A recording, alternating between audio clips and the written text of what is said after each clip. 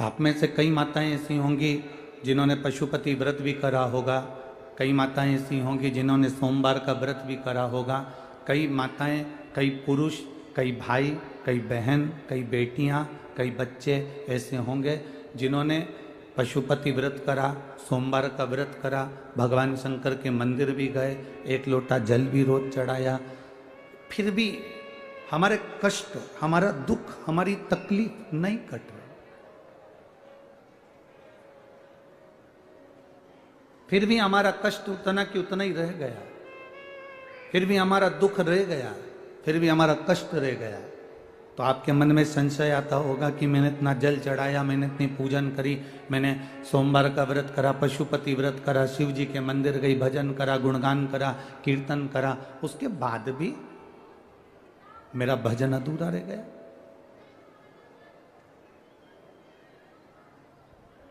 उसके बाद भी मेरा कर्म पूरा नहीं हुआ, भगवान ने मेरी सुनी नहीं। नहीं, शिव महापुराण की कथा कहती है आप अपना पशुपति व्रत करिए, आप अपना सोमवार का व्रत करिए, आप अपना एक लोटा जल देवादिदेव महादेव को चढ़ाते रहो। वो नहीं सुन रहा तो भी चढ़ाओ, उसके दरवाजे तक जाते रहो।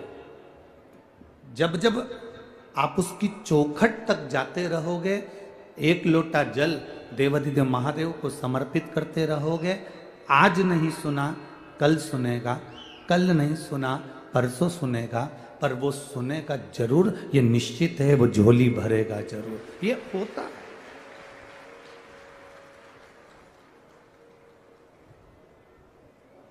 अब इतनी सारी इसमें माताएं बैठी है और कोई जम के चिल्ला के कह दे बिमला बाई, तो ढेर सारी बिमला बाई खड़ी हो जाएगी। कोई कहे शांति बाई, तो शांति बाई खड़ी हो जाएगी। जब हम पुकारते हैं, जब हम आवाज लगाते हैं, जब हम पुकारने का प्रयास करते हैं, बोलने का प्रयास करते हैं, भगवान नहीं सुनता। भगवान अगर नहीं सुन रहा, उसके बाद भी हम उसको पुकार रहे हैं, उसके बाद भी हम उसको कह रहे हैं, बार बार आवाज लगा रहे हैं, श्री शिवाय नमस्तुभ्यम, बार बार बोल रहे हैं नमः शिवाय, बार बार बोल रहे हैं ओम नमः शिवाय, बार बार बोल रहे हैं द्वादशाक्षर मंत्र ओम नमो भगवते वासुदेवाय, बार बार हम राम कर रहे हैं, बार बार हम कृष्ण कर रहे हैं, बार बार हम शिव कर रहे हैं, बार बार हम श्री शिवाय नमस्तुभ्यम कर रहे हैं। वो नहीं सुन रहा, उसके बाद भी तुम पुकारते रहो। जब 3, 4, 5, 6 बार आवाज लगाते रहोगे तो निश्चित है एक ना एक बार मेरा महादेव पलट कर जरूर देखेगा और कृपा जरूर करेगा। उसका वो पुकारना तुम छोड़ना नहीं।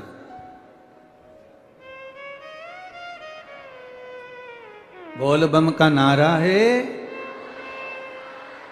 बाबा एक सहारा। आप पुकारना ना छोड़िए, आप भगवान का भजन करना ना छोड़िए, आप भगवान को पुकारना ना छोड़िए।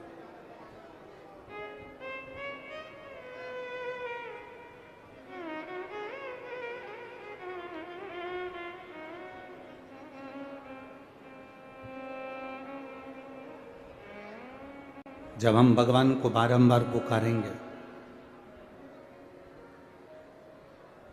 जब हम भगवान को बारंबार आमंत्रण देंगे, जब हम भगवान को बारंबार पुकारने का प्रयास करेंगे, वो सुनेगा जो। एक शिव जी का भक्त था, उसका नाम था मदन। वो भोलेनाथ जी का बड़ा बड़ा भगत था। मेरी राजगढ़ की जीजियों और मेरे भाई जितने भी बेटे हैं, राजगढ़ के जितने भी मेरे भाई बंधु, मेरे जीजा उन बैठे हैं, बड़ी सावधानी से सुनना कथा। राजगढ़ को 5 दिन की कथा मिली है, आज कथा का दूसरा दिन है। 1 मिनट की भी कथा किसी के कारणवश आपकी ना छूटे, क्योंकि आप दिल से बहुत दूर दूर से कथा सुनने आए हो। तो बाबा से प्रार्थना करना कि हमारी कथा हम सुनने के लिए आए हैं, और सुना है, जो दिल से सुनता है तो वो दिल से लुटा कर भेजता भी जरूर है।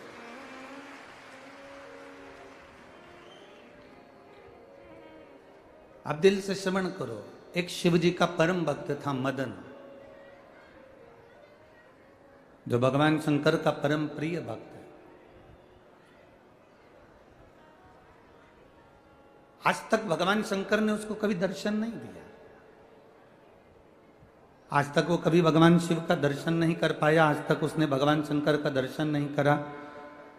ना शिव जी उसको मिलने आए, ना इसने कभी शिव का दर्शन करा। केवल शिवालय जाता था।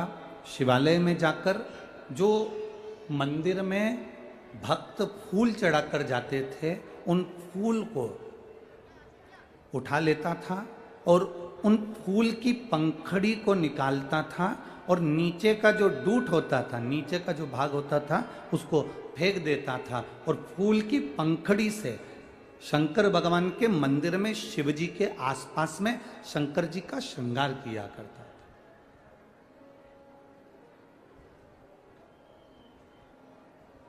वो केवल शिव जी का श्रृंगार करना जानता था, उसके अलावा उसको कुछ आता नहीं था।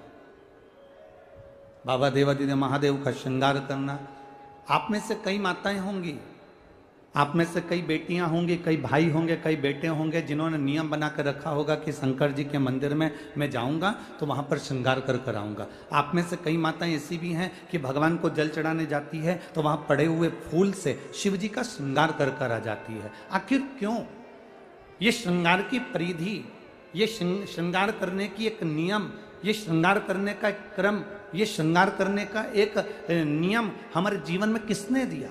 ये श्रृंगार करने का नियम दिया है भगवान नंदी ने। ये श्रृंगार करने का नियम दिया है माता अंजना ने। ये श्रृंगार करने का नियम दिया है माता पार्वती ने। ये श्रृंगार करने का नियम दिया है माता सती ने।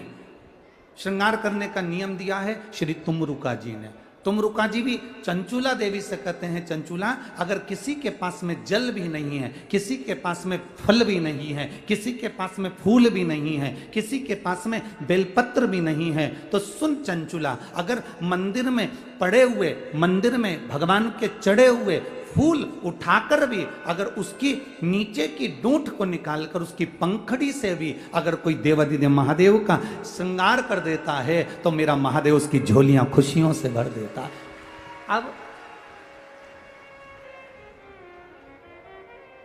अब आप लोग कहेंगे गुरुजी पंखड़ी में और फूल में क्या अंतर है?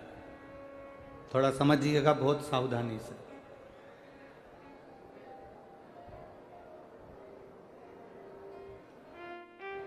ये फूल है, हमारे हाथ में कितने फूल हैं? ये जम के बोलो जरा। एक पुष्प है। अब ये जो नीचे से डूट तोड़कर फेंक दिया और ये पंखड़ियां, पत्तियां पत्तियां इकट्ठी हो गई। अब ये फूल कितने हो गए? इसकी कोई क्वांटिटी है? इसका कोई हिसाब है कि ये एक फूल है कि दो फूल है कि तीन फूल है कि चार फूल है कि पांच फूल है? शिव महापुराण की कथा कहती है पुष्प एक है। जब हम देवादिदेव महादेव पर चढ़े हुए फूल को उठाकर उसका जब श्रृंगार करते हैं तो नीचे के डूट को तोड़कर जब फेंक देते हैं और पंखड़ियों से जब बाबा का श्रृंगार करते हैं तो मेरा भोलेनाथ समझता है कि हमने एक पुष्प नहीं, बाबा के चढ़े हुए पुष्प को अनेक कर कर बाबा के चरणों को समर्पित किया है। बाबा के चरणों का हमने श्रृंगार किया है। तेरी कृपा बिना ना हिले एक भी अणु, लेते हैं श्वास तेरी कृपा से।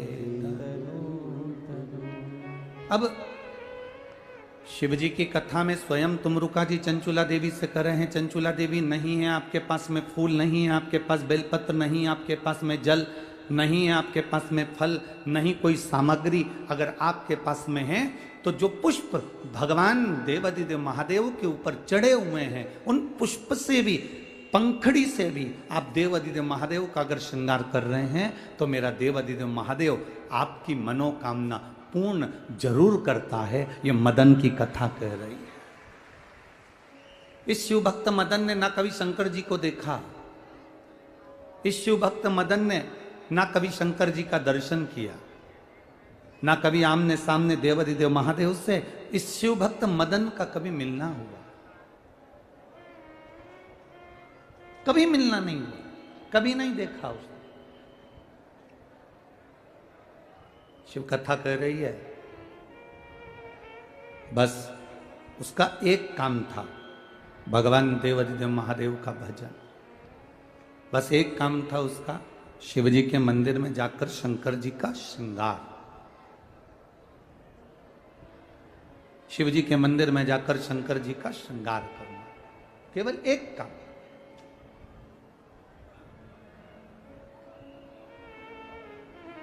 आप में से कितने लोग बैठे हैं जो शंकर जी के मंदिर में कभी कभी भी श्रृंगार कर देते हो? हाथ उठाओ जरा। बहुत सारे हो, कभी कभी श्रृंगार कर देते हो ना? ठीक ठीक, रखो रखो, रखिए। अब उसका फल देखिए। मदन की चर्चा पूरे नगर में फैल गई। मदन की चर्चा पूरे नगर में फैल गई कि मदन शिव का भक्त है, शंकर का उपासक है, शंकर की आराधना में लगा रहता है, शंकर के गुणगान में लगा रहता है। ये पूरी दुनिया में चर्चा हो गई। जो नगर में मदन रहता है, उस मदन के नगर में हर जगह पर सूचना हो गई कि मदन शिव की भक्ति करता है, शंकर की उपासना करता है, शंकर का गुणगान करता है। समय आया,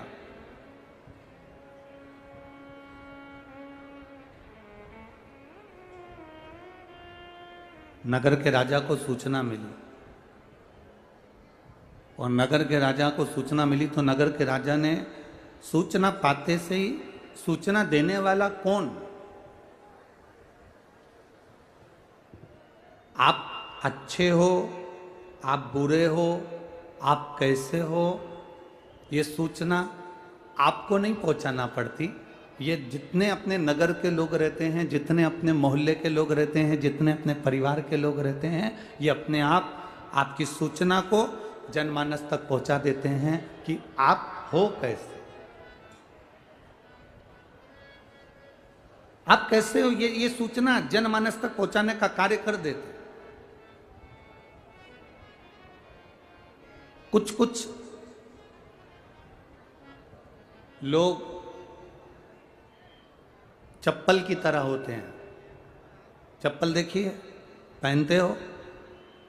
कुछ कुछ लोग चप्पल की तरह होते हैं, जो तुम्हारे पांव के साथ कदम से कदम मिलाकर चलते हैं, तुम्हारे पांव की रक्षा भी करते हैं, तुम्हारा साथ भी देते हैं, तुम्हारे को कांटा गड़ने भी नहीं देते हैं, तुमको पत्थर चुभने भी नहीं देते हैं। कई कई लोग चप्पल की तरह होते हैं, जो तुम्हारा साथ देते हैं, तुम्हें कांटा नहीं चुभने देते हैं, तुम्हें पत्थर नहीं चुभने देते हैं, तुम्हारे संग संग चलते हैं, तुम्हारी सेफ्टी करते हैं, तुम्हारा साथ देते हैं। पर चप्पल की तरह होते हैं तो वो चलते साथ हैं, रक्षा भी करते हैं, कांटा भी नहीं चुभने देते, पत्थर भी नहीं चुभने देते, पर एक काम जरूर करते हैं, चलते चलते पीछे से कीचड़ जरूर उछालते चलते।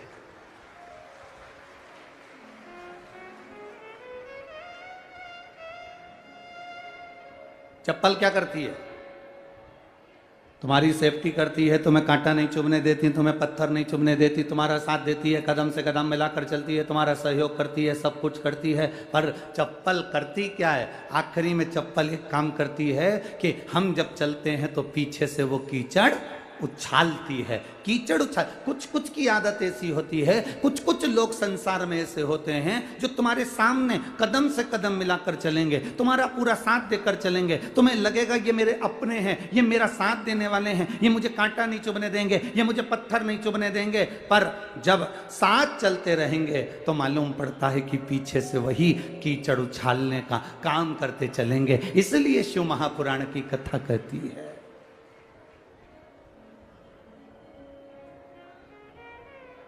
इसलिए शिव तत्व कथा है, शंकर भगवान की आनंदमय कथा कहती है, शिव महापुराण की कथा कहती है कि भरोसा अपने आप पर करिए, दृढ़ता अपने आप की रखिए, विश्वास अपने आप का रखिए, श्रद्धा अपने आप की रखिए।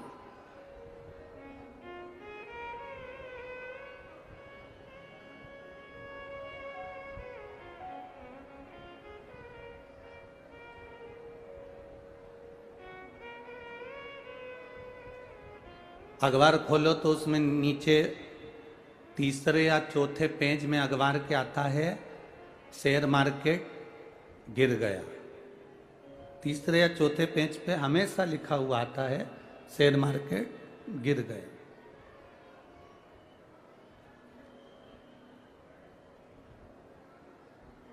शेयर मार्केट गिरा तो अखबार में लिखा हुआ आ गया, पर आज तक ये लिखा हुआ नहीं आया कि आदमी कितना गिरता जा रहा है, वो भी तो तीसरे चौथे पेज में छपना चाहिए।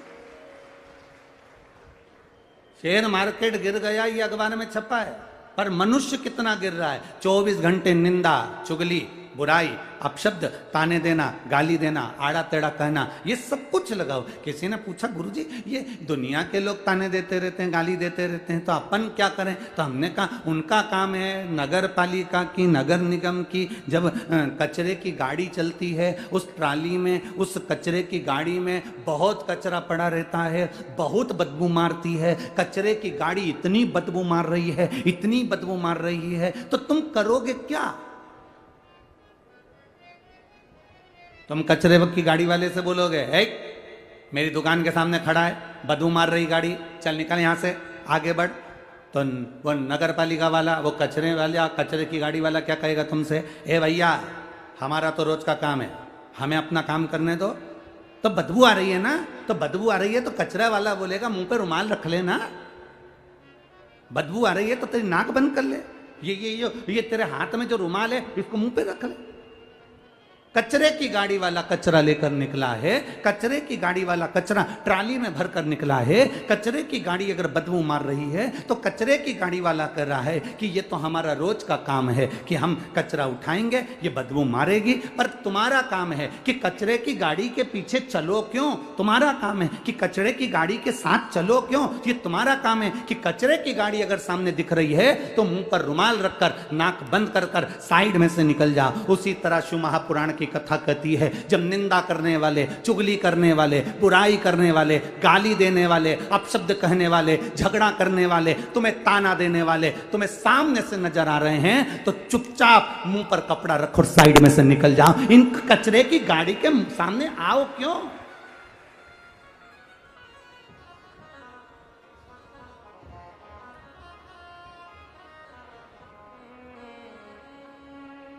ये कचरे की गाड़ी का काम है बदबू मारना, निंदक का काम है निंदा करना, चुगली करने वाले का काम है चुगली करना, बुराई करने वाले का काम है बुरा कहना, अपशब्द कहने वाले का काम है अपशब्द कहना। तुम कचरे की गाड़ी के साइड में से निकलकर बाहर चले जाओ, क्योंकि उसका काम, वो कह रहा है मेरा काम ही यही है कि मैं निंदा करूंगा, मैं बुराई करूंगा, मैं अपशब्द बोलूंगा, मैं ताना दूंगा, मैं आड़ा टेढ़ा बोलूंगा। तुम साइड से निकलो ना। पर कई लोग ऐसे भी हैं जिनको कचरे की गाड़ी की बदबू बहुत अच्छी लगती है, बहुत अच्छी। कई ऐसे हैं जिनको कचरे की गाड़ी की बदबू, जिनको निंदा बहुत अच्छी लगती है। कोई अगर निंदा कर कर जाए, इतने आप लोग बैठे हो, किसी भी प्रवचन में जाकर बैठना, किसी कथा के अंदर पंडाल में जाकर बैठना, किसी स्थान पर जाकर बैठना, किसी जहां पर अगर कहीं जाकर बैठे हो और अगर कोई तुम्हें भगवान की निंदा करता हुआ मिल जाए, कोई तुम्हें भगवान का अपशब्द कहता हुआ मिल जाए, कोई तुम्हें संत की निंदा करता हुआ मिल जाए, कोई तुम्हें शिव महापुराण की, भागवत की, राम कथा की, राम की, शंकर की, कृष्ण की, कोई संत की, कोई साधु की, कोई गुरु की, किसी सती नारी की, किसी सातित्ववान स्त्री की, किसी कन्या की, किसी बेटी की अगर कोई निंदा करता मिल जाए तो इतने बैठे हो, उस समय पर खड़े होकर तुम सबको बोलना चाहिए, ए महाराज हम कथा सुनने के लिए आए, निंदा सुनने के लिए नहीं आए। उस समय पर तुम्हारी वाणी होना चाहिए, तुम्हारे शब्द होना चाहिए।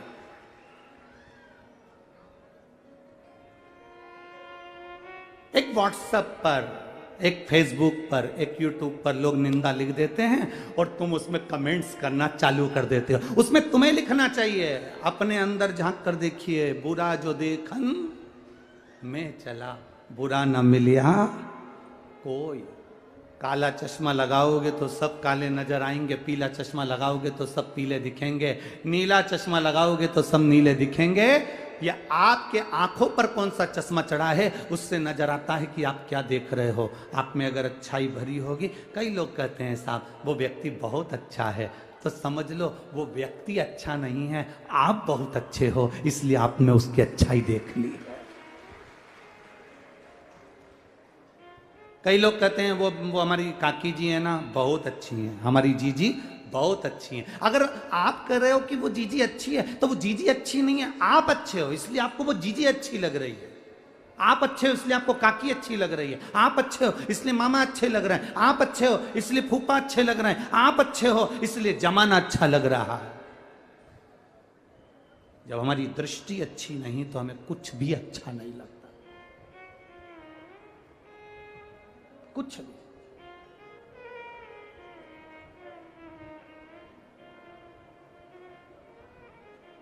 मैंने तेरे ही भरोसे ओ बाबा, तेरे ही भरोसे हवा बिच उड़ती जावांगी, बाबा डोर हथों छड़ी नामे कटी जावांगी।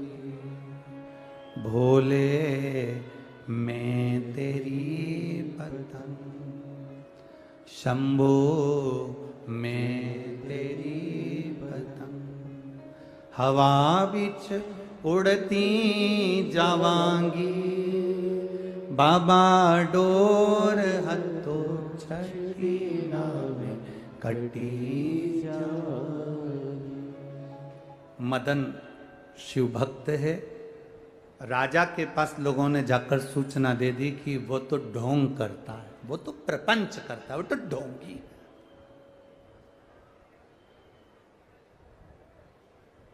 आप रोज शिव जी के मंदिर जाओगे ना, आप रोज जल चढ़ाने जाओगे ना, कुछ लोग ऐसे रहेंगे जो आपकी बड़ाई करेंगे कि बहुत अच्छा है साहब, जाना चाहिए मंदिर में, जल चढ़ाना चाहिए। पर बाहर के तो बाहर के, घर के भी कुछ लोग ऐसे मिल जाएंगे जो आपके मुंह पर नहीं कहेंगे पर पीठ पीछे कह देंगे ये चल दी वो सियोर वाला महाराज की चेली।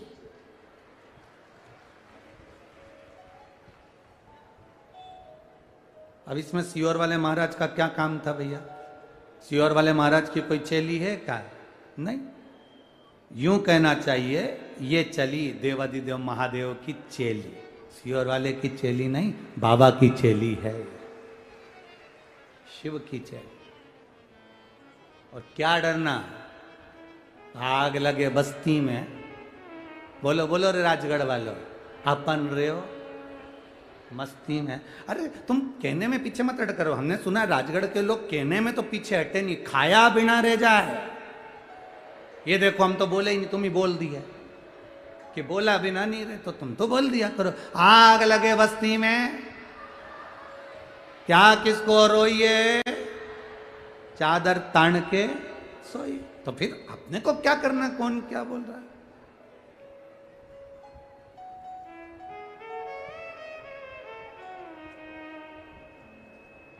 वो कहे अरे मैं सत्संग में जाना जी, चाहे दुनिया ताना मारे, मैं राजगढ़ में जाना जी, चाहे दुनिया ताना मारे, चाहे दुनिया ताने मारे, चाहे दुनिया ताने मारे, मैं शिव पुराण में जाना जी, चाहे दुनिया कहे। कहने वाला बोलने वाला बोलता रहे, अपशब्द कहने वाला अपशब्द कहता रहे, जिसकी जो मर्जी हो वो कहे, अपना कर्म हम करते रहे।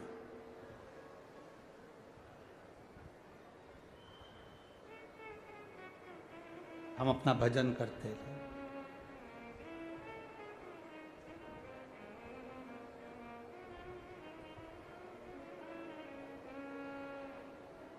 शिव कथा कह रही है, राजा के पास सूचना पहुंच गई कि मदन ढोंगी है। मदन शिव जी की पूजन का केवल एक, शंकर भगवान की भक्ति का केवल एक ढोंग करता है। शिव जी की पूजन का केवल एक प्रपंच करता है। मदन शंकर भगवान के नाम पर केवल एक छल करता है, ये कह दिया।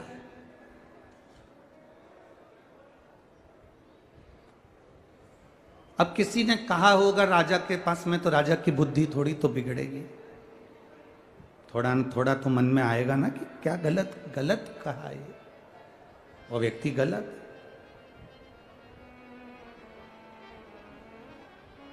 लोग कहते हैं बिल्ली रास्ता काटती है,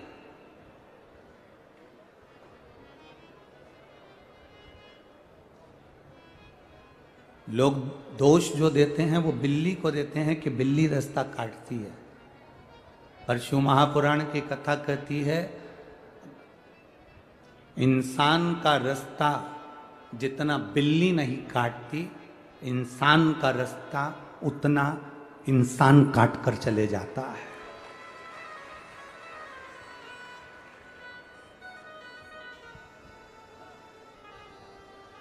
बिल्ली जितना रास्ता नहीं काट रही है जितना मनुष्य मनुष्य का रास्ता काट रहा है। बिल्ली जितना काम नहीं बिगाड़ रही जितना मनुष्य मनुष्य का काम बिगाड़ रहा है। बिल्ली जितना कार्य नहीं बिगाड़ती जितना अपने अपनों का कार्य बिगाड़ते हैं। बिल्ली जितना बेकार काम नहीं करती उससे बेकार काम आज का मानव कर रहा है। कोई आगे बढ़ रहा है, हम उसका पांव खींच रहे हैं। कोई तरक्की की ओर बढ़ रहा है, हम उसका पांव खींच रहे हैं। शिव महापुराण की कथा कहती है देवादिदेव महादेव से हमें सीखना चाहिए कि शंकर भगवान के लिए कटोरा भरकर विष आया और मेरे महादेव के सामने माता पार्वती जी बैठी हैं और पार्वती जी ने कहा बाबा भोलेनाथ जी प्रभु सबके लिए अमृत आया, आपके लिए विष आया, आप विष पियोगे? शंकर भगवान कहते हैं अगर संपूर्ण विश्व का कल्याण हो रहा है, संपूर्ण जगत का उद्धार हो रहा है और संपूर्ण देवताओं का उद्धार हो रहा है तो मैं विष पी सकता हूं। और देवादिदेव महादेव ने विष का कटोरा उठाकर विष पी लिया। शिव जी ने विष धारण कर लिया। जग कल्याण के लिए, विश्व कल्याण के लिए, जगत के उद्धार के लिए, जगत के कल्याण के लिए शंकर भगवान ने विष पी गए।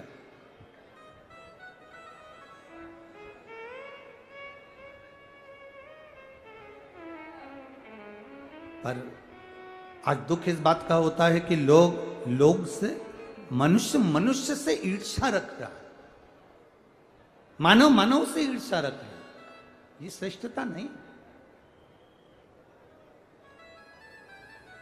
अरे भजन भोले बाबा का करते रहोगे तो संसार सागर से तरते रहोगे।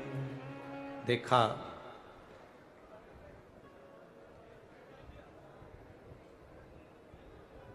राजा ने सूचना करी मदन को, बुलाया मदन आओ जरा इधर। सूचना भेजो मदन को बुलाने की। शिव भक्त मदन को बुलाने के लिए सूचना भेजी गई। मदन आए, सामने खड़े थे राजा के भवन में।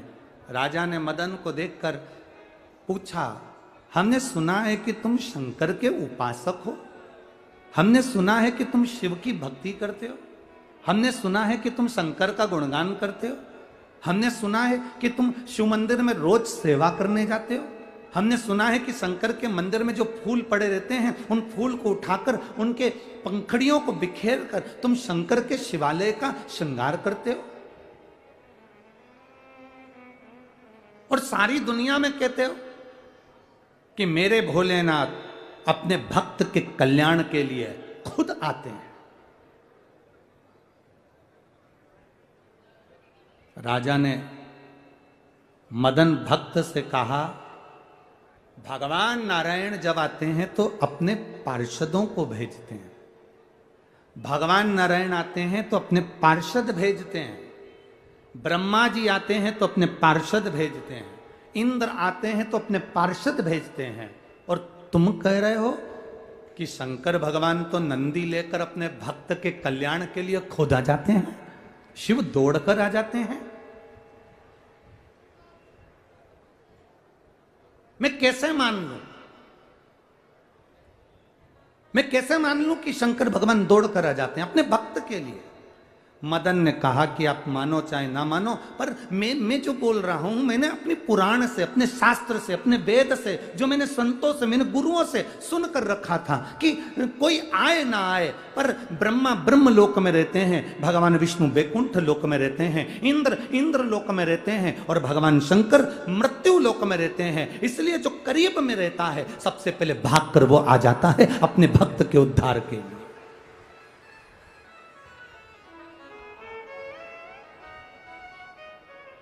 तो शंकर भगवान अपने गणों को क्यों नहीं भेजते? उनके पास भी तो गण इतने सारे हैं। जब इतने सारे गण भगवान शिव जी के पास है तो गणों को भेजना चाहिए। नहीं नहीं, भगवान तो अपने भक्त के लिए खुद आते हैं। ऐसा होता है क्या? होता है। अब मदन ने कहा, प्रभु अगर योग लगेगा ना तो मैं आपको बताऊंगा कि मेरा भगवान आखिर अपने भक्त के लिए क्यों आता है। समय आया, मदन ने 1 महीने के बाद में राजा के पास सूचना करी कि सारा गांव का लोग गंगा जी के घाट जा रहा है प्रयागराज, आप भी चलो। राजा ने अपने पूरे परिवार से कहा, चलो, मदन जैसा शंकर का भक्त जा रहा है तो अपन भी चलते हैं। राजा का एक छोटा सा बच्चा था, बहुत छोटा सा था, वो उसको भी लेकर, रानी को लेकर, दासियों को लेकर, दास को लेकर राजा मदन के साथ में गंगा का स्नान करने के लिए प्रयागराज गए। प्रयागराज में मदन ने पहले ही एक चाल चल रखी थी। मदन ने एक नाव वाले से कह रखा था कि उसमें मैं दासी को बिठाऊंगा, दासी राजा के लड़के को लेकर बैठेगी, राजा का लड़का उसमें रहेगा, पर वो राजा का लड़का नहीं रहेगा। मैं नाव में बिठाते समय राजा के लड़के को मेरे चेले को दे दूंगा, और उसमें एक मोम का पुतला राजा के लड़के के कपड़े पहनाकर मैं दासी के हाथ में दूंगा। दासी से कह दिया कि जब बीच मझधार में नाव पहुंचे तो तुम नाव को डोलाना, और डोलाते डोलाते बच्चे को पानी में फेंक देना। जो मोम का पुतला है उसको पानी में फेंक देना, पानी में फेंकना और चिल्लाना, राजा का बेटा पानी में गिर गया। बस इतना करना है तुमको। मदन ने लीला रची। राजा का लड़का मदन ने दासी से लेकर अपने चेले को दिया, और मोम का पुतले को कपड़ा पहनाकर, राजा के बेटे का कपड़ा पहनाकर उसको दासी को दे दिया। नाव जब चलने लगी,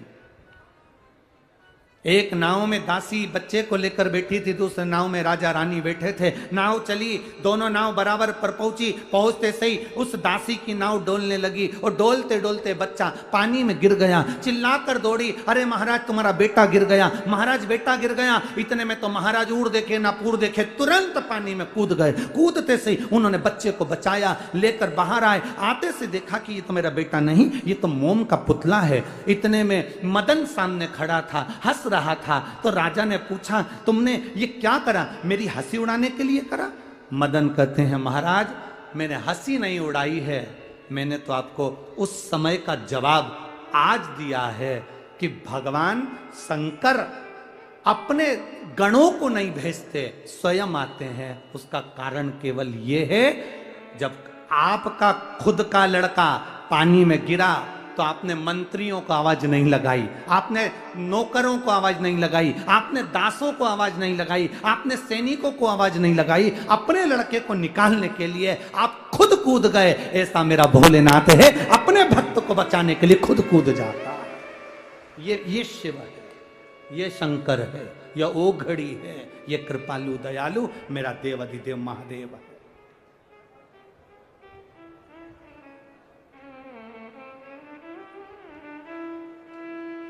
लोग कहते हैं, सियोर वाले महाराज कहते हैं कि भगवान ब्रह्मा ब्रह्म लोक में, भगवान विष्णु वैकुंठ लोक में, इंद्र लोक में, सारे देवता अपने लोक में। सियोर वाला महाराज कहता रहता है, शिव पृथ्वी लोक, मृत्यु लोक में है, बुलाओ उनको तुरंत आ जाते हैं। ऐसा क्या है? पिता है, अपने बच्चे को तकलीफ में देखता है, अपनी बेटियों को तकलीफ में देखता है, किसी की आंख में जल देखता है। और अगर वो शंकर का उपासक है तो मेरा शिव तुम्हें रोता हुआ कभी नहीं देख सकता, वो तुरंत दौड़ कर आ जाता है। वो घड़ी है,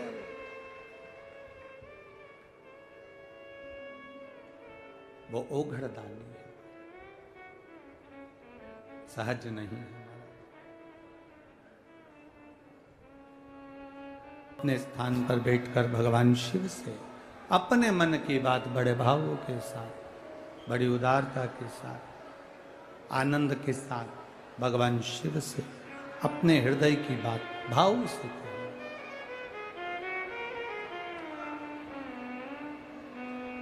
कार्यकर्ता भी बैठकर बाबा से प्रार्थना करें, कोई बार बार अपने राजगढ़ में शिव महापुराण की कथा कोई बार बार तो होगी नहीं, इसलिए जहां जगह मिले वहां बैठकर भाव से, दिल से, हृदय से भगवान शिव से अपने मन की बात भाव के साथ में कही।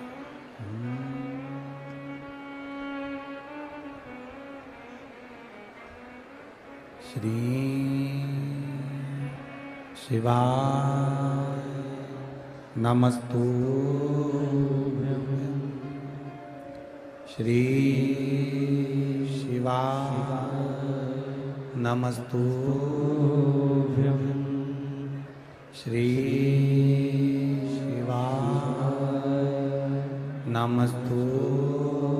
नमस्तुभ्यं, श्री शिवाय नमस्तुभ्यं, श्री शिवाय नमस्तुभ्यं। भोला सब दुख काटो हमारा, ओ भोला सब दुख काटो हमारा। शिव शंकर जपूं तेरी माला, भोले बाबा जपूं तेरी माला, भोला सब दुख काटो हमारा, ओ भोला सब दुख काटो हमारा। वेश मंगल मंगलकारी, वेश मंगल मंगलकारी, शमशान वासी हमारा, शमशान वासी हमारा, ओ भोला सब दुख काटो हमारा, ओ भोला सब दुख काटो। शिव कथा कहती है, मेरा ओघड़दानी स्वयं आता है, वो किसी गण को नहीं भेजता, मेरा बाबा किसी पार्षद को नहीं भेजता, मेरा बाबा भक्त के कल्याण के लिए स्वयं आता है। और हुआ मां अंजना देवी, जिनके घर में संतान की प्राप्ति नहीं हुई, औलाद नहीं हुई, संतान का सुख नहीं हुआ। जब संतान की प्राप्ति नहीं हुई तो अंजना देवी मातंग बाबा के सम्मुख में बैठकर भगवान शिव की आराधना के लिए जागरूक हुई। और मातंग बाबा ने कहा कि केवल एक काम करो, पार्थिव शिवलिंग का निर्माण कर कर उसकी पूजन और उसकी आराधना करो। भरोसा अगर पक्का है, दृढ़ता यदि पक्की है, तो मेरे काल अधिपति महाकाल राजा को तुम्हारे सम्मुख में आना ही पड़ता है। अगर विश्वास पक्का है। एक पत्र आए हैं, देखिए।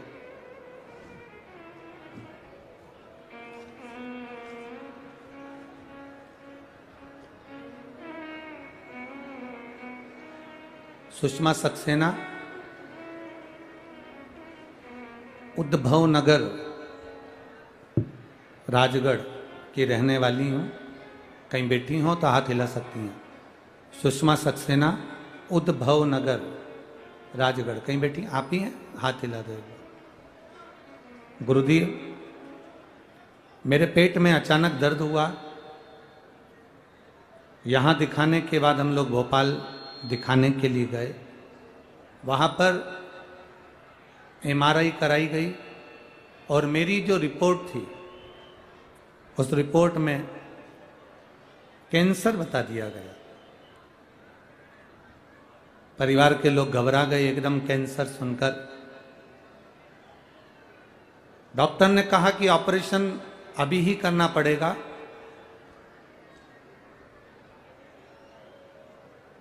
और ये जरूरी भी है। अब देखिए गुरुदेव, परिवार के लोग एकदम डर गए कि एकदम कैंसर बता दिया और ऑपरेशन का बोला है। मैंने भी कह दिया कि आप करो ऑपरेशन, मना नहीं, पर मेरा विश्वास मेरे बाबा पर था गुरुदेव।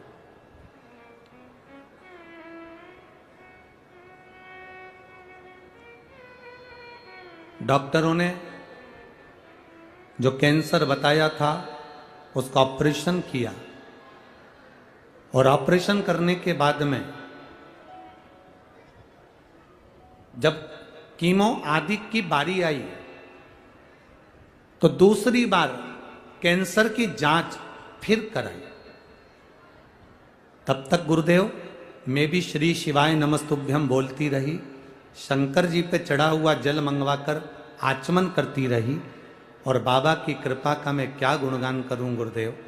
जब दूसरी बार रिपोर्ट कैंसर की जांच की गई तो मेरे शरीर में कैंसर नहीं निकला, मैं स्वस्थ हूं और बाबा के पंडाल में बैठकर कथा सुन रही हूं। मैं बाबा के धाम में बैठकर कथा सुन रही हूं। अब ठीक है, आप हाथ हिलाइए एक बार, दोनों हाथ हिला दो। हर हर महादेव। शिव कृपा। सारी समस्या का हल बोल बम का नारा है। शिव का सहारा लेकर एक पत्र और बड़ा अच्छा है, देखिए।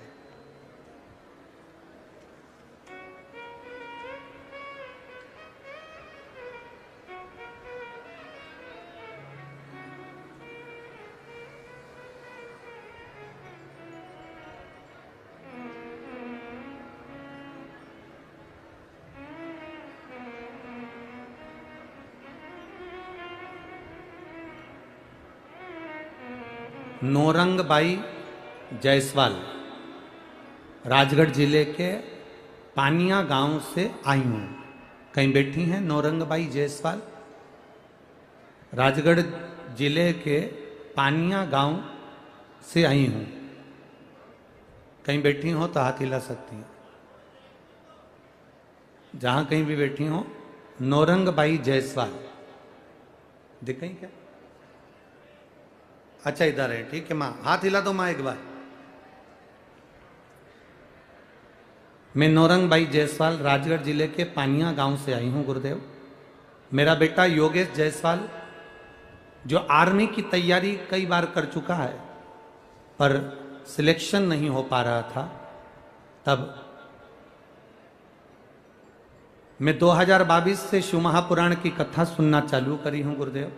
अपने बेटे से कहा तू आर्मी की तैयारी अब की बार कर, मना नहीं, पर शिव जी के मंदिर में जाकर एक लोटा जल चढ़ाना और बाबा का मंदिर में झाड़ू पोछा लगाकर बाबा की पूर्ण तैयारी तू आर्मी की कर। मैं बाबा का क्या गुणगान करूं गुरुदेव। बाबा ने ऐसी कृपा करी, मेरा बेटा योगेश जायसवाल आज बाबा की कृपा से 2 मार्च 2023 को आर्मी में सिलेक्शन हो गया और लखनऊ में ट्रेनिंग कर रहा है। इसलिए मैं बाबा को यहां प्रणाम करने के लिए आया। शिव तत्व इसी को कहते हैं। मां आपको नमन है और आपके इस प्रताप को भी नमन है कि आपने इसे गर्व से अपने बेटे को जन्म दिया जो भारत माता की सेवा करने जा रहा है। आपको साधुवाद। शिव तत्व की प्राप्ति, भगवान ओगड़दानी की प्राप्ति, हमारा भजन, हमारा कीर्तन, हमारा स्मरण, हमारा मंत्र जाप, हमारा नाम जाप, हम जितना जितना करते जाते हैं बाबा उतनी कृपा हमारे जीवन में करता चले जाता है, करता चले। महाराज खाली न जाता कोई दर से तुम्हारे, खाली न जाता कोई दर से तुम्हारे, मैं भी खड़ा हूँ बाहें पसारे, अपने हृदय से लगा लो लगा लो, गिरा जा रहा हूँ उठा लो उठा लो, प्रभु अपने दर से अब तो न टालो, गिरी जा रही हूँ उठा लो। माता अंजना, माँ स्वयं अंजना देवी, माता अंजना मातंग बाबा के बताए अनुसार सेवा में तल्लीन हो गए।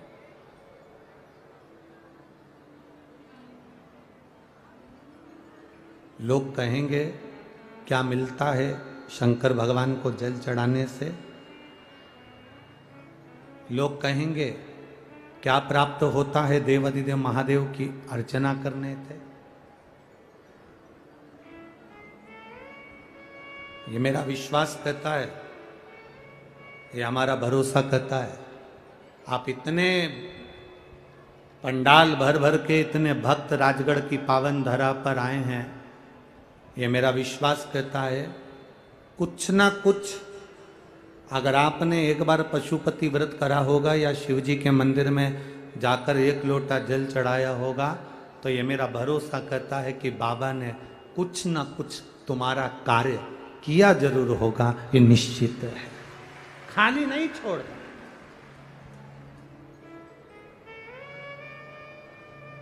खाली नहीं छोड़ता। माता अंजना लगी सेवा में।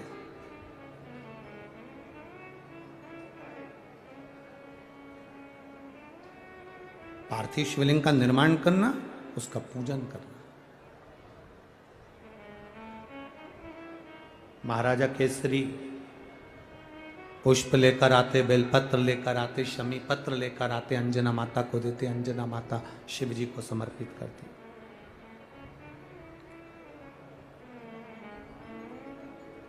शिव भक्ति के बल को मां अंजना ने बढ़ाया। पहले माता अंजना ने जितना बन सकता था उतना तप करा, फिर माता अंजना ने जितना बन सकता था उतना उपास करा, उतने व्रत करे। फिर माता अंजना ने जितना बन सकता था उतनी साधना करी, उतनी साधना।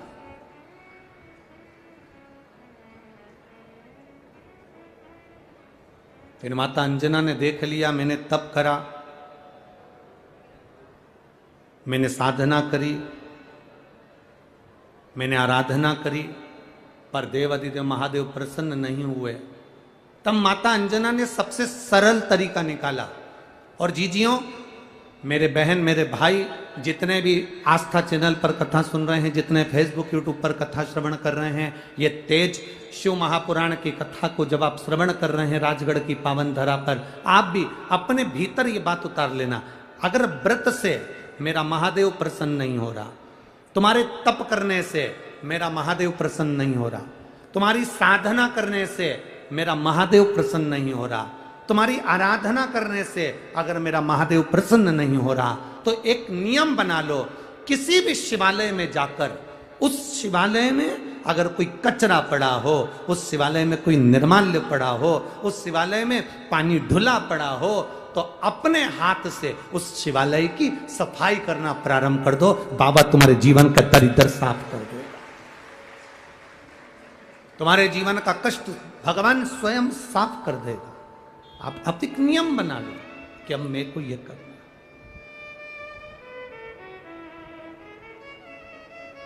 तब करा, साधना करी, आराधना करी, कुछ नहीं, तब माता अंजना ने एक नियम बना लिया कि मैं शंकर के शिवालय में जाती हूँ, शिवालय में जाकर मैं आराधना करती हूँ, पर शिवालय में कोई भोग लगाने वाला नहीं मिलता, शिवालय में कोई भगवान को भोजन कराने वाला नहीं मिलता। जब भाव शुद्ध होते हैं तो अंदर ये भाव अपने आप पैदा हो जाते हैं, अंदर ये भाव अपने आप प्रकट हो जाते हैं।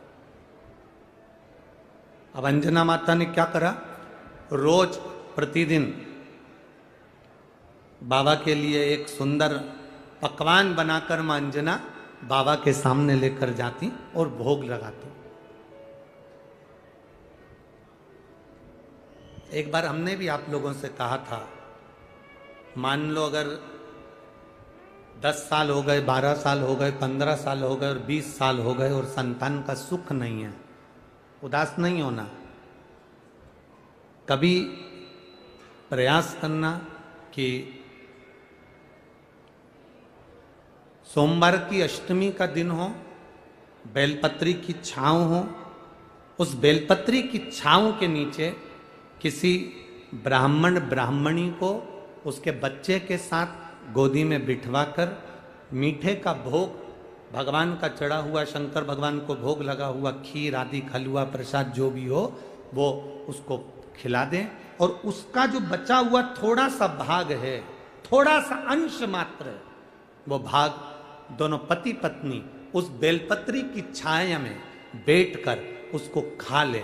बाबा देवाधिदेव महादेव की कृपा जरूर होती। ये पत्र में भी आया, ये पत्र में भी है।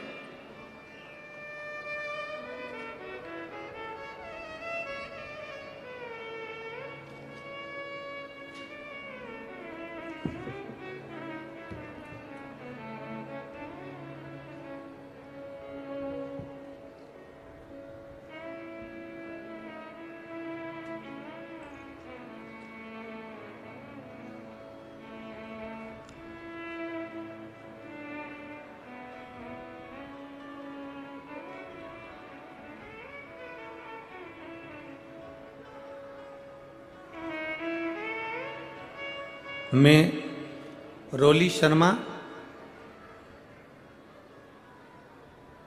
महादेव की बेटी रोली शर्मा, कहीं बैठी हो तो हाथ हिला सकती हैं। मैं रोली शर्मा, कहीं बैठी हो तो हाथ हिला सकती हैं।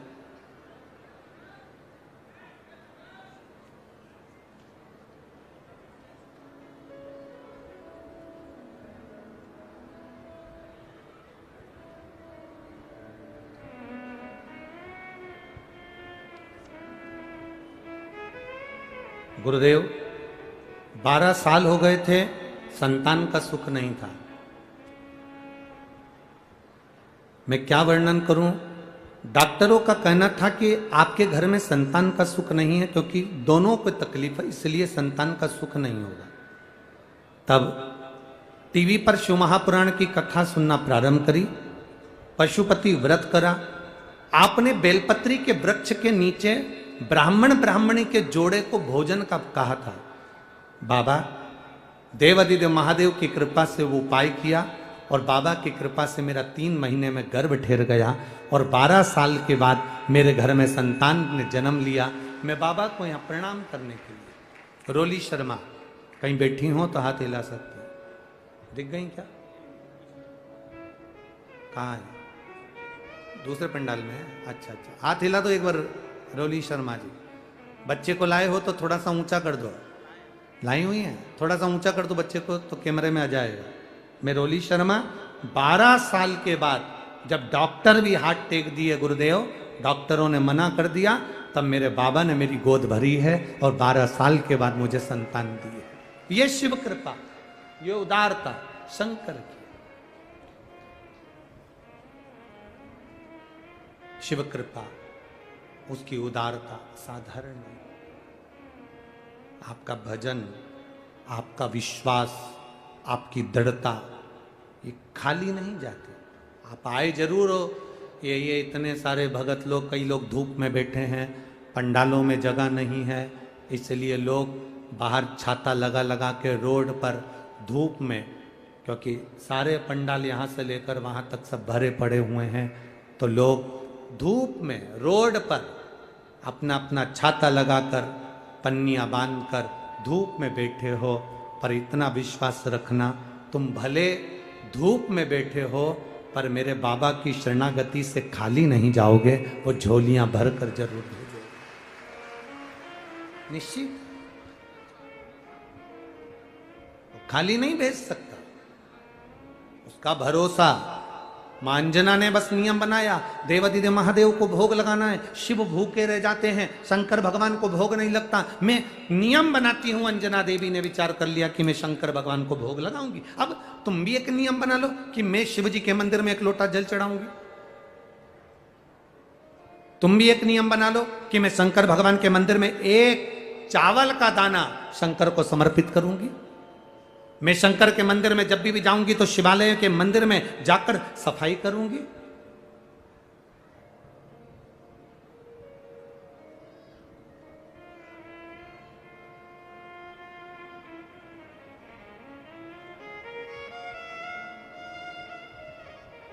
शरीर में अगर रोग भी आ गया तो मैं बाबा के भरोसे भगवान शिव की आराधना कर कर, बाबा के मंदिर की सफाई कर कर अपने जीवन को सार्थक करूंगी। एक विश्वास के साथ, एक भरोसे के साथ, एक दृढ़ता के साथ हम शिव की आराधना करें। क्यों नहीं मिलेगा?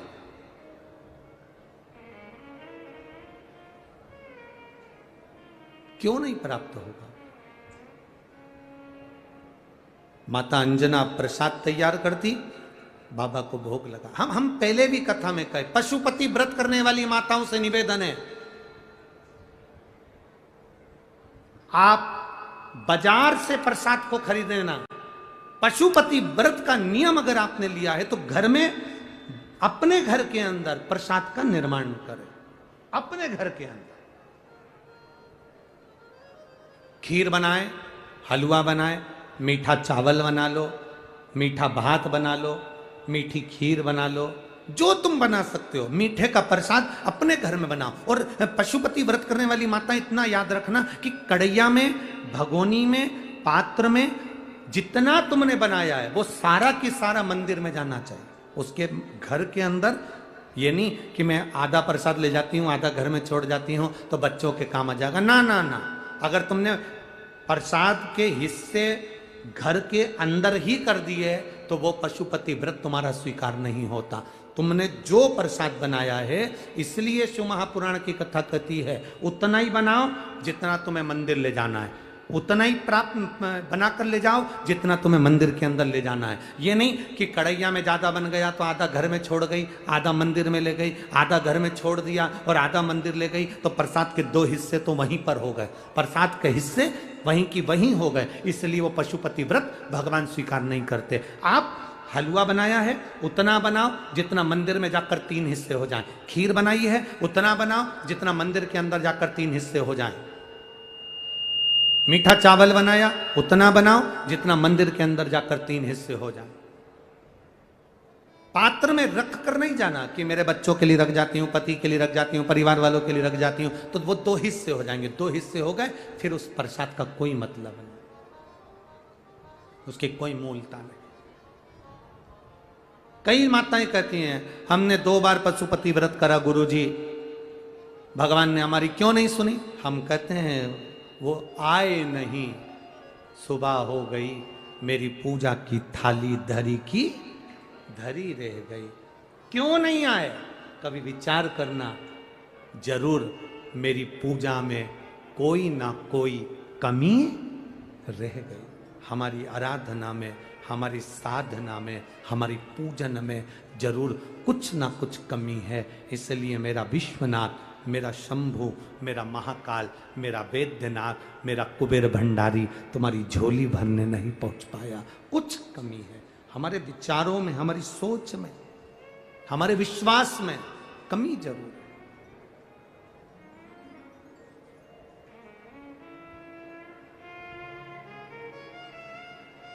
माता अंजना ने प्रसाद सिद्ध करा, सामग्री सिद्ध करी, माता अंजना ने बनाया भोग, भगवान को जाकर लगाती। प्रतिदिन का नियम बना लिया माता अंजना ने कि मैं भगवान को प्रदोष काल में, प्रदोष के समय पर, शाम के समय पर भोग लगाऊंगी।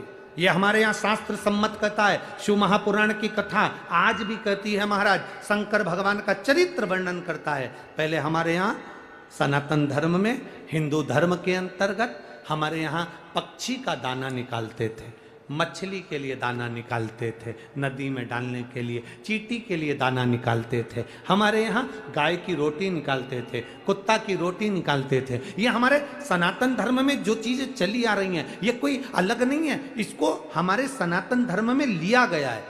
आज भी प्रदोष काल में शाम के समय अगर किसी वृक्ष के नीचे जाकर थोड़ा सा मीठा, थोड़ी सी कोई सामग्री हम अगर वृक्ष के नीचे समर्पित करते हैं तो उससे हमारे पितृ भी प्रसन्न होते हैं और हमारे कुल देवता भी प्रसन्न होते हैं और हमारी झोली भरते हैं। ये हमारा तत्व कहता है, ये हमारा सुख कहता है।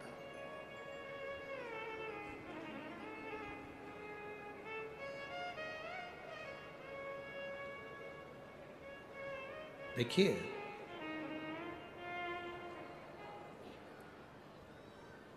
मांजना सामग्री सिद्ध करती हैं, बनाती हैं, जाती हैं शिवालय में, शंकर भगवान के मंदिर में, शिवालय में जाकर भोग लगाती हैं।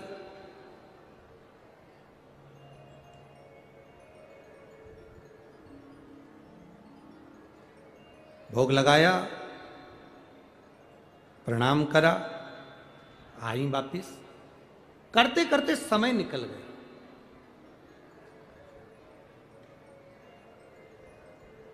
कई वर्ष निकल गए माता अंजना के ऐसे तप साधना करते हुए, ऐसे भोग लगाते लगाते। आप तो केवल 5 सोमवार पशुपति नाथ के व्रत में भोग लगाते हो तो तुम्हारे मन में आता है कि मैंने भोग लगाया, पर माता अंजना को कई वर्ष निकल गए केवल भगवान के मंदिर में, शिवालय में, शंकर की चौखट पर जाकर भोग लगाने में। आज माता अंजना ने विचार करा, मेरे देवाधिदेव महादेव को आज तक मैंने 56 भोग नहीं लगाए, आज मेरे महादेव को मैं 56 भोग लगाऊंगी। अंजना माता ने केसरी महाराज से कहकर सामग्रियां सिद्ध करना प्रारंभ कर दी, बनाना प्रारंभ कर दिया। और जो माता अंजना ने बनाना प्रारंभ करा, जो माता अंजना ने सामग्री बनाना प्रारंभ करा, 56 भोग बनाकर माता अंजना ने रख दिए। अब भोलेनाथ की कृपा देखिए कैसी रही। मेरे शंकर भगवान एक भिखारी का, एक भिक्षुक का रूप रखकर अंजना के दरवाजे पर पहुंच गए, अंजना की चौखट पर। मेरे शिव, मेरे ओघड़दानी, मेरे दयालु शंकर।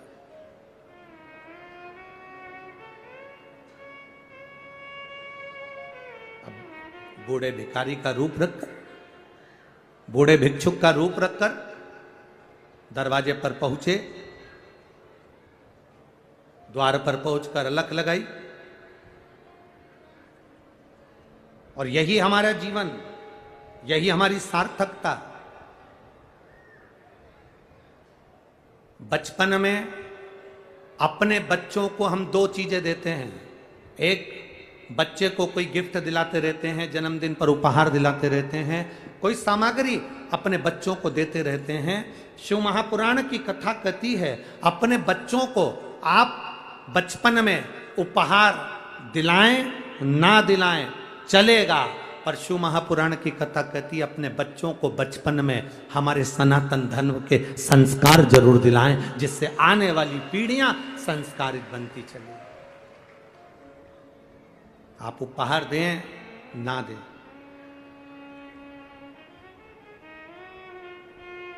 उपहार दोगे बच्चों को प्राप्त कर लेंगे। बच्चों को उपहार नहीं दिया तो बच्चे क्रोध करेंगे, रोएंगे, चलेगा। उपहार नहीं दोगे बच्चे रोएंगे, चल जाएगा। पर यदि संस्कार बच्चों को नहीं दिए तो बच्चों को भी रोना पड़ता है और माता पिता को भी रोना पड़ता है। इसलिए संस्कार बहुत जरूरी है, बहुत जरूरी। हम तिवारी परिवार को बहुत बहुत साधुवाद देते हैं, धन्यवाद देते हैं। पंडित श्री हरिचरण तिवारी जी को साधुवाद देते हैं कि आपने अपने ये बच्चों को, आशीष तिवारी जी को जो संस्कार दिए हैं उसके लिए बहुत बहुत साधुवाद, जिससे यीशु महापुराण की कथा आप और हमको श्रवण करने को मिल रहा है। ये संस्कार होना चाहिए बच्चों को।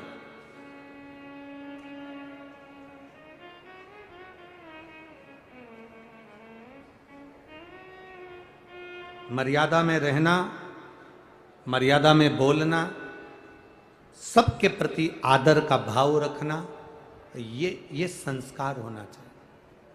आप उपहार दें ना दें, उपहार नहीं दोगे बच्चा बचपन में रोएगा, चलेगा, पर यदि संस्कार नहीं दिए तो बच्चा बड़ा होकर रोएगा और साथ में माता पिता को भी रोना पड़ेगा। बच्चों को वो संस्कार दीजिए जिससे हमारी भी जिंदगी सार्थक बन सके, हमारा जीवन सार्थक हो सके।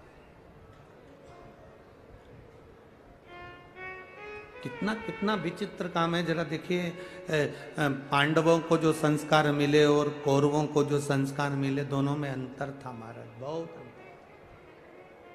बहुत अंतर। श्रेष्ठ संस्कार हमारे यहाँ। अंजना माता ने भोजन बनाकर 56 भोग तैयार कर कर लेकर शिवालय की ओर जाने ही वाली थी कि सामने देवाधिदेव महादेव एक भिक्षुक का रूप रखकर, एक भिखारी का रूप रखकर मेरे देवाधिदेव महादेव सामने आकर खड़े हो गए। आवाज लगाई, अलख जगाई, माता बहुत भूख लग रही है, माँ कुछ दे दो ना। अंजना माता ने सोचा बाबा आया है, एक काम करती हूँ कि इसको बिठा देती हूँ, इसके पत्तल लगा देती हूँ, इसको भोजन करा देती हूँ, उसके बाद में मैं शिवालय चली जाऊँ, उसके बाद में शिवालय पहुंच जाऊं। अब देखिए, बहुत बहुत सोचने वाला शब्द है ये। तुम्हारे घर में अगर बुजुर्ग माता पिता हैं, तुम्हारे घर में अगर कोई बीमार पड़ा हुआ है, तुम्हारे घर में अगर कोई रोगीला व्यक्ति है, तुम्हारे घर में अगर कोई दुखी व्यक्ति है, तुम्हारे घर में अगर किसी के शरीर में कष्ट हो रहा है और तुम उसको छोड़कर तीर्थ गए हो, तुम उसको छोड़कर मंदिर गए हो, तुम उसको छोड़कर कथा में गए हो, तुम उस बूढ़े व्यक्ति को छोड़कर, उस शरीर से रोगीले व्यक्ति को छोड़कर, कष्टप्रद व्यक्ति को छोड़कर, तकलीफ में पड़े हुए व्यक्ति को छोड़कर, घर के बुजुर्ग को छोड़कर तुम अगर तीर्थ जा रहे हो, मंदिर जा रहे हो, देवालय जा रहे हो, कथा में जा रहे हो या शंकर के मंदिर भी जा रहे हो, तो तुम्हारा जाना निष्फल है। क्योंकि पहले घर में बुजुर्ग की सेवा, जो रोगीला व्यक्ति है उसकी सेवा। एक पत्र आया है, उस पत्र में एक बहन ने लिखा है, मेरी सास 100 के पार,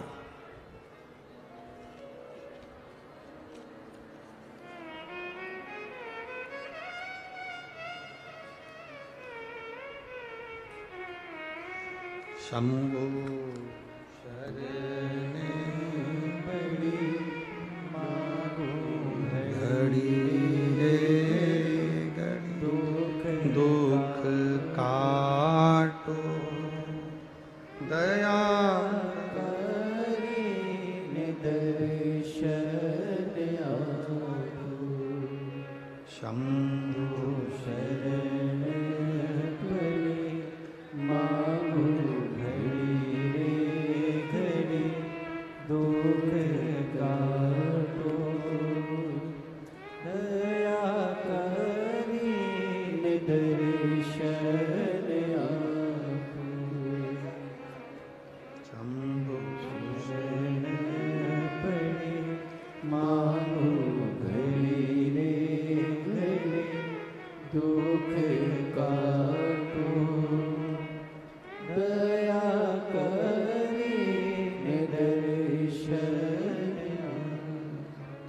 मैं सीमा श्याम बिहारी कौशिक, निवासी छापी हेड़ा, कहीं बैठी हैं तो हाथ हिला सकती हैं, कहीं बैठी हो तो अपना हाथ हिला सकती हैं।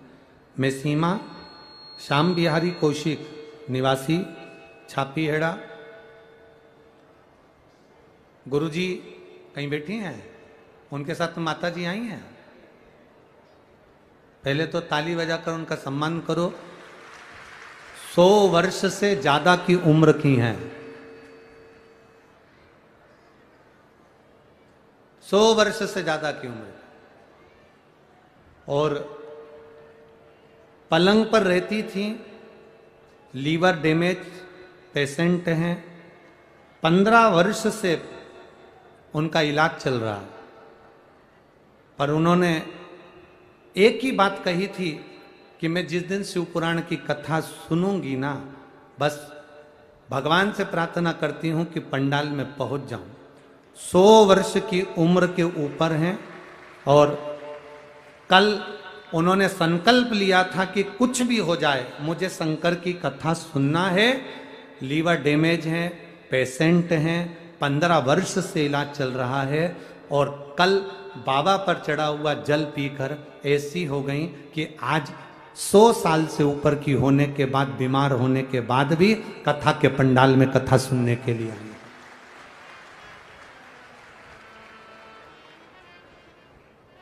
मां प्रणाम आपको। श्री शिवाय नमस्तुभ्यम। एक बार जोरदार ताली बजाओ। इसको कहते हैं साधुवाद का। बैठिए मां, प्रणाम। इसको साधुवाद का कहते हैं। राजगढ़ के कई लोग ऐसे होंगे जो बहुएं, घर के पुरुष घर की पत्नियों को कह रहे होंगे, इतनी भीड़ है, दूर पार्किंग होगी, पैदल चलना होगा। अरे एक एक बच्चे को राजगढ़ के सीख लेना चाहिए कि 100 साल से ऊपर लीवर और किडनी डैमेज, उसके बाद भी शिव की शरणागति में पहुंचे। और यहां 3 बार चर रहे, 5 बार फैशन कर रहे, उसके बाद भी 5 किलोमीटर दूर है, गाड़ी बहुत दूर छूट जाती है, हमसे तो नहीं बने, हमसे तो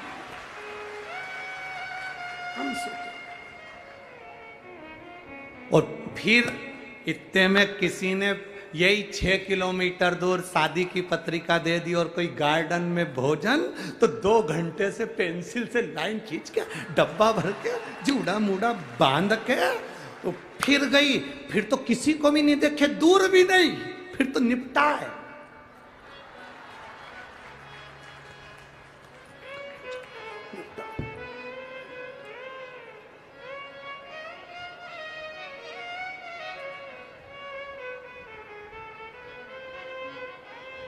पानी पतासे वाले के पास पहुंच गई, गिने खाओ।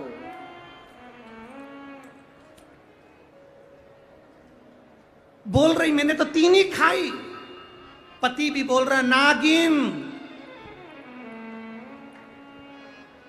नागिन नागिन, तू तो खाए जा ना। आखिरी में शादी में पानी पतासे वाले ने भी 3 बार बाल को खुजाया, तब इसका ध्यान गया, हाथ बेकार हो गए, अब नहीं खाऊंगी, तब दिखाओ उसको, तो छोड़ा। सीखो। 100 साल से ऊपर की उम्र, 15 साल से लीवर डैमेज पेशेंट, चल फिर नहीं सकती थी। बहू से कहा मुझे शिव जी का जल ला दे, राजगढ़ में कथा हो रही है, छिपा है, ये छापी हेड़ा से पास में ही हूँ, एक बार मन है बाबा की कथा पंडाल में बैठकर सुन लूं। उसमें लिखा, कल मेरी सास ने जल पीने के बाद टीवी के सामने कथा सुनी तो वहीं खड़ी होकर पहली बार खड़ी हुई और नाचना प्रारंभ करा। तब हमारा विश्वास जागा कि शिव शिव होता। तब विश्वास जागा कि शंकर शंकर है जो सब कुछ कर सकता है। बस विश्वास जागृत होना चाहिए, हमारा भरोसा दृढ़ होना चाहिए।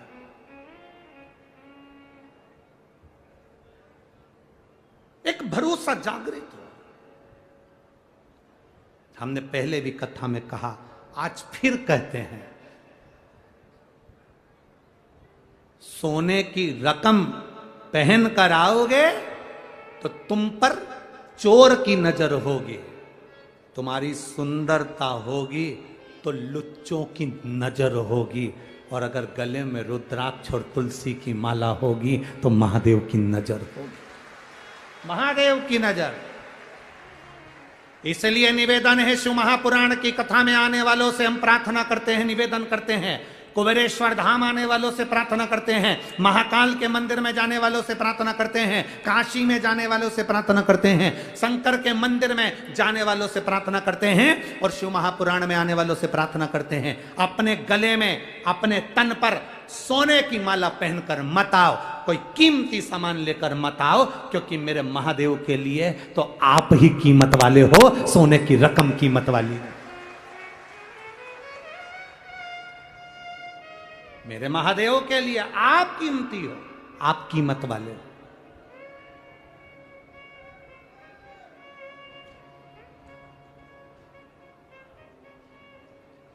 मत पहनो, क्यों पहन के आना?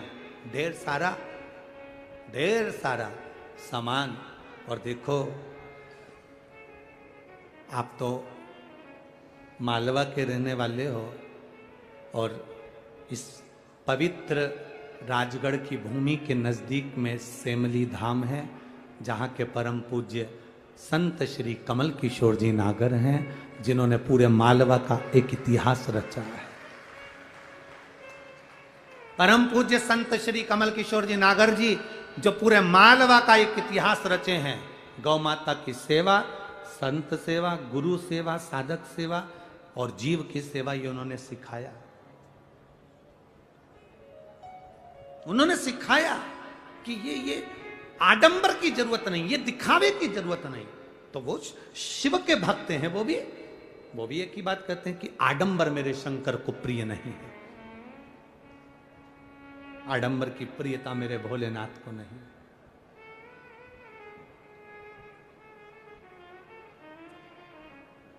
ये जितना देखिए, कितने भी सुंदर बन जाओ ना, एक दिन ऐसा आता है कि काया धीरे धीरे ढलती चली जाती है,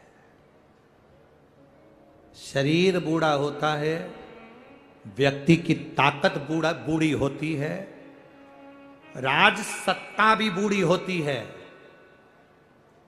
वैभव भी बूढ़ा होता है,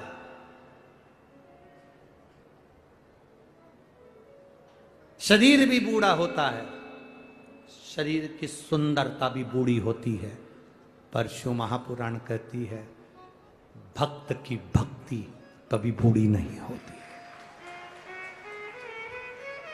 भक्त की भक्ति कभी बूढ़ी नहीं होती, भजन कभी बूढ़ा नहीं होता, साधना कभी बूढ़ी नहीं होती, शंकर का गुणगान कभी बूढ़ा नहीं होता, ये कभी बूढ़ा नहीं होता। ये हमें सीख मिली। कहेंगे लोग बहुत भीड़ हो रही है, बहुत दूर है। घर की माताओं को अपने अपने पतियों से कहना है और पतियों को पत्नियों से कहना है। 5 दिन की कथा राजगढ़ में हो रही है। हमने पहले भी कहा था, हेलीकॉप्टर को उतारने के लिए हेलीपैड बनता है, जिसमें चूने से एच लिख देते हैं तो हेलीकॉप्टर वहां उतर जाता है। 5 दिन के लिए वो कैलाशपति महादेव को उतारने के लिए ये शिव पुराण का हेलीपैड बना है, जिस पर शिव उतरता है। नंदी पर बैठकर मेरे देवाधिदेव महादेव प्रदोष काल में प्रतिदिन मेरा महादेव प्रतिदिन निकलते। ये हेलीपैड है जिस पर मेरा महादेव।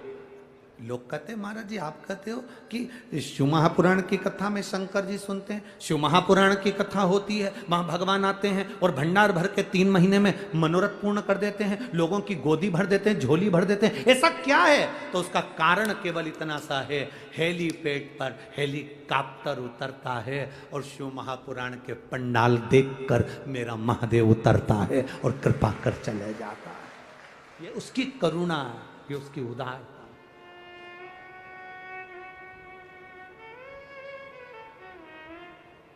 तो राजगढ़ वालों के कोई पुण्य प्रबल हुए होंगे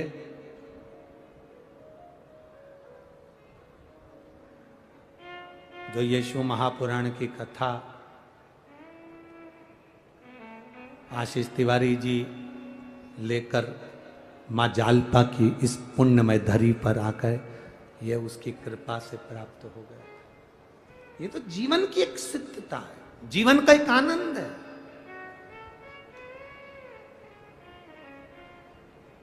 भक्ति को कम नहीं होने देना, विश्वास को कम मत होने देना, तुम्हारे भरोसे को टूटने मत देना।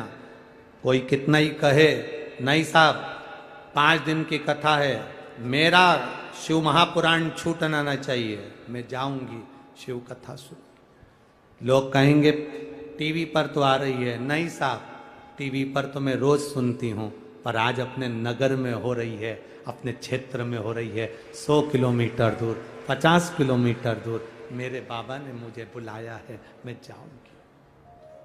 धन्यवाद दूंगा मैं इस क्षेत्र के। मैंने देखा फूलमाली समाज, यहां रास्ते में फूलमाली समाज भंडारा चला रही है। हमने रास्ते में देखा कई परिवार, कोई पानी पिला रहा, कोई कुछ कर रहा, कोई कुछ कर रहा। साधु कोई ने अपने ट्रैक्टर अपने अपने गांव में लगा दिए, चलो शिव कथा सुनने के लिए। कोई ने अपनी अपनी गाड़ियां डीजल डलवा कर लगा दी, चलो शिव महापुराण की कथा सुनने के लिए। साधु साधु। वास्तव में राजगढ़ राजगढ़ है और गढ़ है मां जालपा मैया का, इसलिए ये राजगढ़ सहज सरल और आनंदी। ये शिव तत्व है, इसमें शिव भक्ति है इसमें। और तेरी कृपा बिना न हिले एक भी अणु। मां अंजना देवी 56 भोग बनाकर बैठी थी और बाबा भोलेनाथ बूढ़े का रूप लगकर, भिखारी का रूप रखकर मां अंजना देवी के सामने आ गए। मुझे भूख लगी है। अंजना माता ने पत्तल लगा दी बाबा को भोजन लगाने के लिए। बूढ़े बाबा भिखारी का रूप रखकर बोले, ये भोजन थोड़ी ना चाहिए, जो तुमने 56 भोग अंदर बनाए हैं वो भोजन मुझे ला कर दो। अंजना माता कहती है, बाबा आपके सामने जो भोजन रखा है वो करिए ना, वो 56 भोग तो मेरे शंकर भगवान के लिए है, वो 56 भोग तो मेरे देवाधिदेव महादेव के लिए। ना ना, हम ये भोजन नहीं करेंगे, हमें तो वही 56 भोग चाहिए जो तुमने बनाया है। कभी कभी पशुपति व्रत में बच्चे जिद पर अड़ जाते हैं, मां जो तू बना रही है मुझे वो ही चाहिए, जो तूने खीर बनाई वो ही चाहिए। मां कह रही, बेटा भाई पशुपति व्रत की है, नहीं मुझे तो चाहिए। कभी कभी ऐसा होता है, दीपावली पे माताएं गुजिया बनाती है, पपड़िया बनाती है, मठरी बनाती है, मिक्सचर बनाती है और बच्चे वहीं खड़े रहते हैं, मां मुझे गुजिया दे। मां कहती है, बेटा लक्ष्मी जी की पूजन होगी तब तो देंगे ना। नहीं नहीं, तो मुझे अब भी दे, अब भी दे।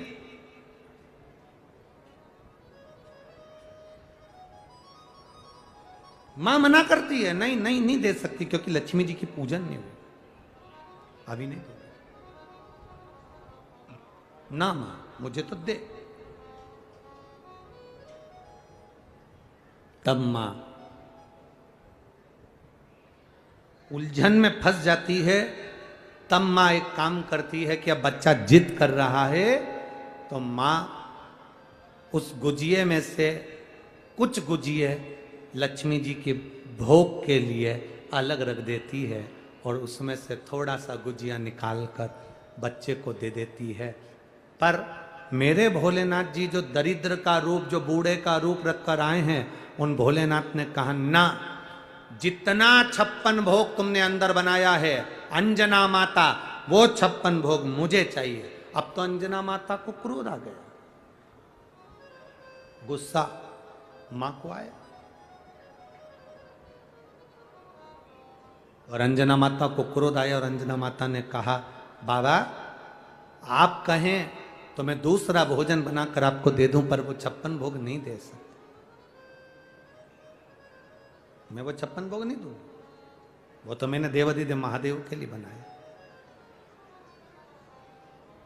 बूढ़ा बाबा भिखारी का रूप रखकर जो आए थे मेरे भोलेनाथ, वो रसोई घर के अंदर प्रवेश कर गए।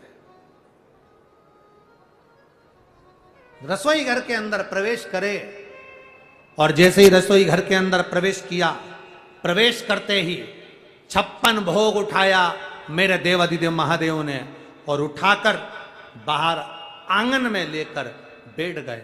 अंजना माता तो जल भरने गई थी, जैसे ही भोलेनाथ ने खुद हाथ से उठाकर 56 भोग मुख में लिया, अंजना माता को क्रोध आया। पर अंजना माता ने सोचा झूठा तो कर दिया, तो अंजना माता ने मन में विचार करा, हे महादेव, हे देवाधिदेव, हे भोलेनाथ, हे विश्वनाथ, मेरे शंकर, आप जहां हो इस संत के अंदर बैठकर आपका 56 भोग आप स्वयं खा लो। ये अंजना माता का, आपका 56 भोग आप स्वयं पाइए,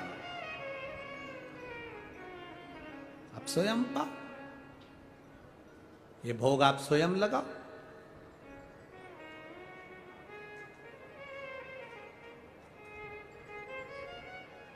बस शंकर भगवान उसी दरिद्र भिखारी के भीतर से सम्मुख में मेरा काल अधिपति, जटाधारी, मुकुटधारी, चंद्रधारी, त्रिपुंडधारी, त्रिशूलधारी मेरा शिव प्रकट हो गया। मेरा शंकर सामने आ गया। अंजना, तेरा विश्वास मेरे प्रति बहुत है, क्या चाहिए बोल। अंजना कहती है मेरी संतान नहीं है, औलाद नहीं, औलाद नहीं। पर अंजना, तेरे भाग्य में संतान का सुख नहीं। अंजना, तेरे भाग्य में संतान का सुख नहीं। अंजना माता ने कहा मैं बैकुंठ लोक गई, वहां पर भी ये सुनने को मिला, मैं ब्रह्म लोक गई, वहां पर भी ये सुनने को मिला, मैं इंद्र लोक गई, वहां पर भी ये सुनने को मिला। इसलिए मातंग बाबा के कहने पर मैंने आपकी आराधना करी है और मैंने सुना है देवता देते हैं पल्ला झाड़ कर और महादेव देता है छप्पर फाड़ कर। आप मुझे दोगे, ये मेरा विश्वास कहता है, भरोसा कहता है, ये मेरा भरोसा कहता है, आप दोगे।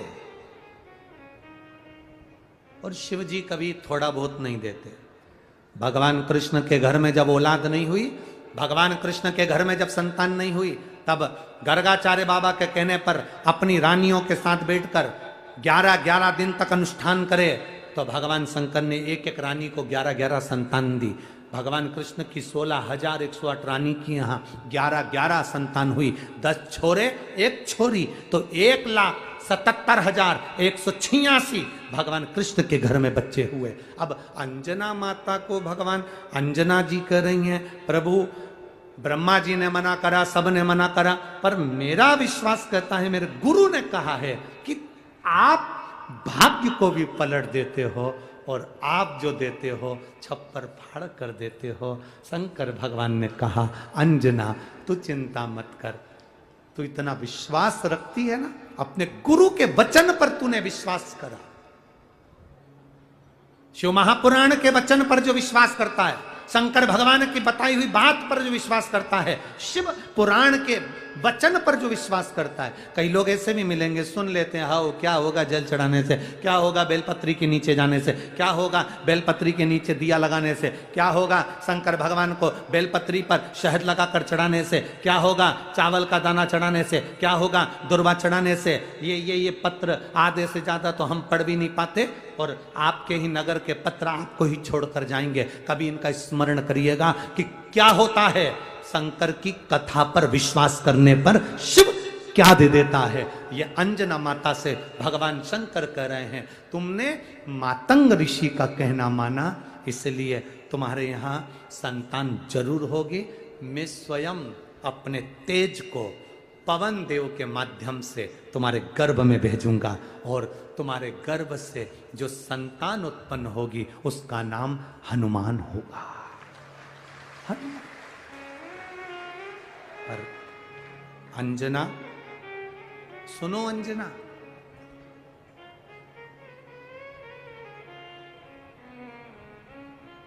अंजना सुनो, प्रथम बार में तुमने मुझको एक भोग ला कर दिया,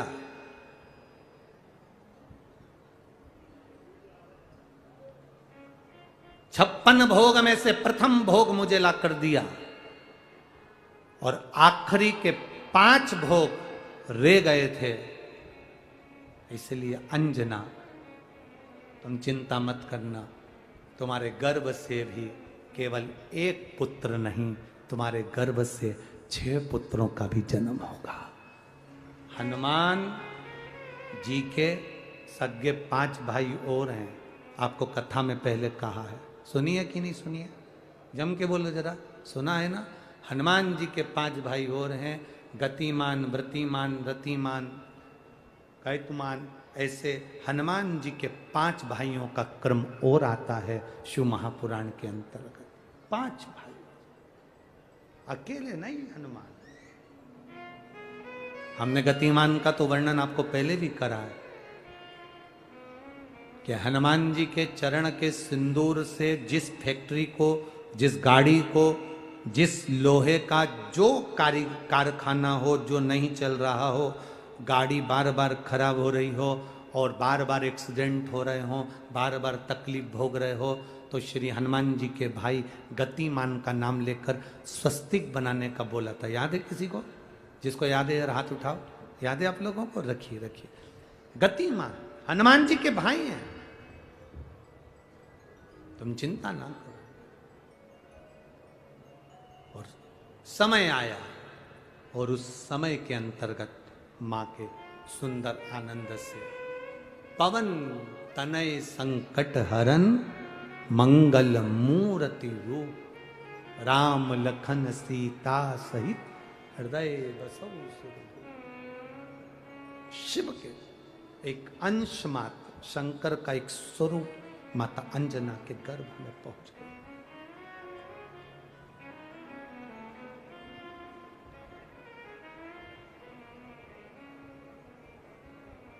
बस इस हृदय को, इस दिल को, इस मन को शिवालय तक ले जाना है।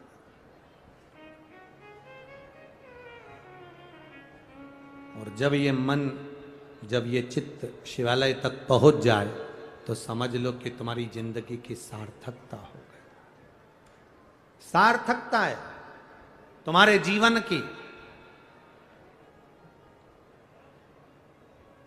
वो कहे स्थान पर बैठकर भगवान शिव जी से अपने मन की बात, बाबा देवाधिदेव महादेव से अपने हृदय की बात भगवान शिव से भाव के साथ कहिए।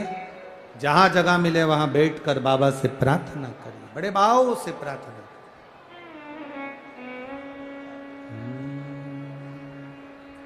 श्री शिवाय नमस्तुभ्यं, श्री शिवाय नमस्तुभ्यं, श्री शिवाय नमस्तुभ्यं, श्री शिवाय नमस्तुभ्यं, श्री शिवाय नमस्तुभ्यं। बोला सब दुख काटो मारा, ओ भोला सब दुख काटो मारा। शिव शंकर जपो तेरी माला, भोले बाबा जपो तेरी माला। भोला सब दुख काटो मारा, ओ भोला सब दुख काटो मारा। वैसे मंगल मंगलकारी, वैसे मंगल मंगलकारी। शमशान वासी हमारा, शमशान वासी हमारा, ओ भोला सब दुख काटो हमारा, ओ भोला सब दुख काटो हमारा। शिव कथा कहती है, शिव की आराधना से माँ अंजना को शंकर भगवान का तेजपुंज प्राप्त हुआ और माँ अंजना गर्भ धारण करी और बाबा की ऐसी कृपा, शिव का एक अंश श्री हनुमान जी महाराज प्रकट हुए। समय आया, आगे वर्णन आता है माँ सती का यज्ञ कुंड में भस्म होने का, माँ पार्वती के प्रागट्य का, शंकर और पार्वती का मंगल विवाह हो रहा है। जोरदार ताली बजाकर स्वागत करें शिव और पार्वती का मंगल विवाह। भगवान देवादिदेव महादेव, पार्वती मैया भगवान शिव जी के गले में जयमाला पहना रही हैं। जोरदार ताली बजाएं। अब भगवान शंकर माँ पार्वती जी के गले में जयमाला दे रहे हैं। जोरदार ताली बजाइए। हर हर। भगवान देवादिदेव महादेव का मंगल विवाह हुआ। बड़े भाव से तेज शिव महापुराण की कथा माँ जालपा के पावन चरणों में, माँ भवानी के पावन चरणों में, राजगढ़ की पावन धरा पर चल रही है। आप सब श्रवण कर कर अपने जीवन को सार्थक बनाएं।